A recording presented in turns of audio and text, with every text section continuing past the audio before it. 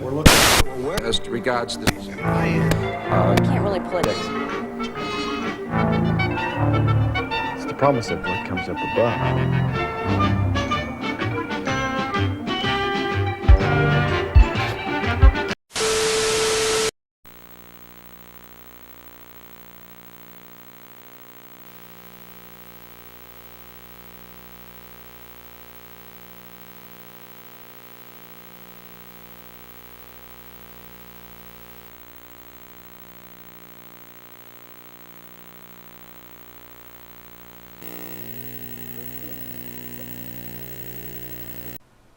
This is Mendon Cato.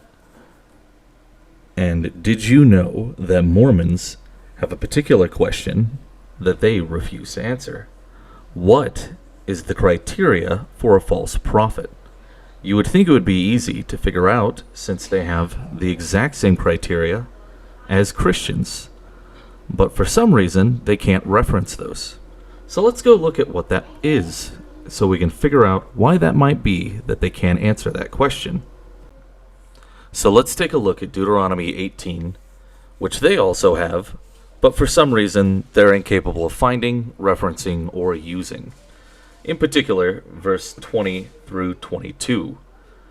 But if any prophet dares to speak a message in my name that I have not commanded him to speak, or to speak in the name of other gods, that prophet must be put to death. You may ask in your heart how to recognize a message that the Lord has not spoken. When a prophet speaks in the name of the Lord and the message does not come to pass, or come true, that is a message that the Lord has not spoken, and the prophet has not spoken presumptuously. Do not be afraid of him. Which is really interesting because Joseph Smith predicted that the U.S. would have a civil war, then the U.S. would be involved in a massive world war directly right after that. The world would end, and then Jesus would return. Well, Mormon Jesus would return. That didn't happen. Joseph Smith predicted that a guy named David Patton would go on a mission trip and save millions of people for Mormon theology. David Patton died before he could go on that trip. Joseph Smith predicted that they were going to build a temple in Missouri. That land plot is empty because they all got ran off to Utah. Because it turns out stealing property and land and defrauding people from money and sexually harassing people is not very popular back then. Let's go to Deuteronomy 13.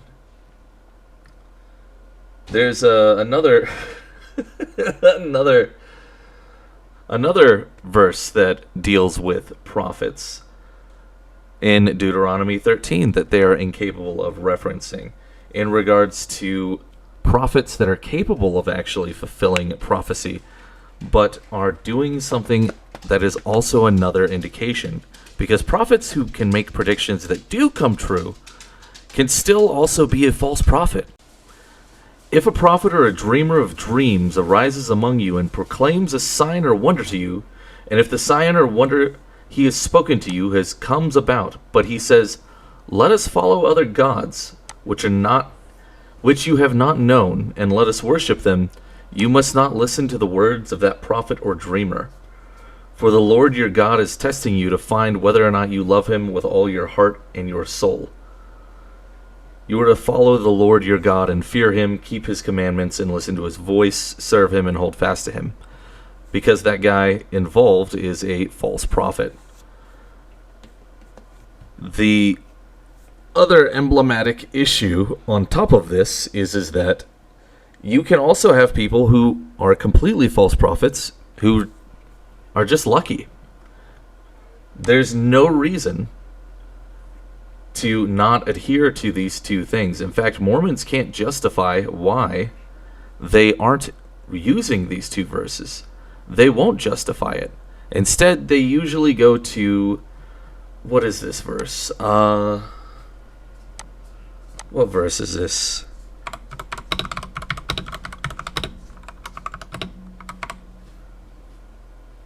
Oh yeah, Matthew 7:20.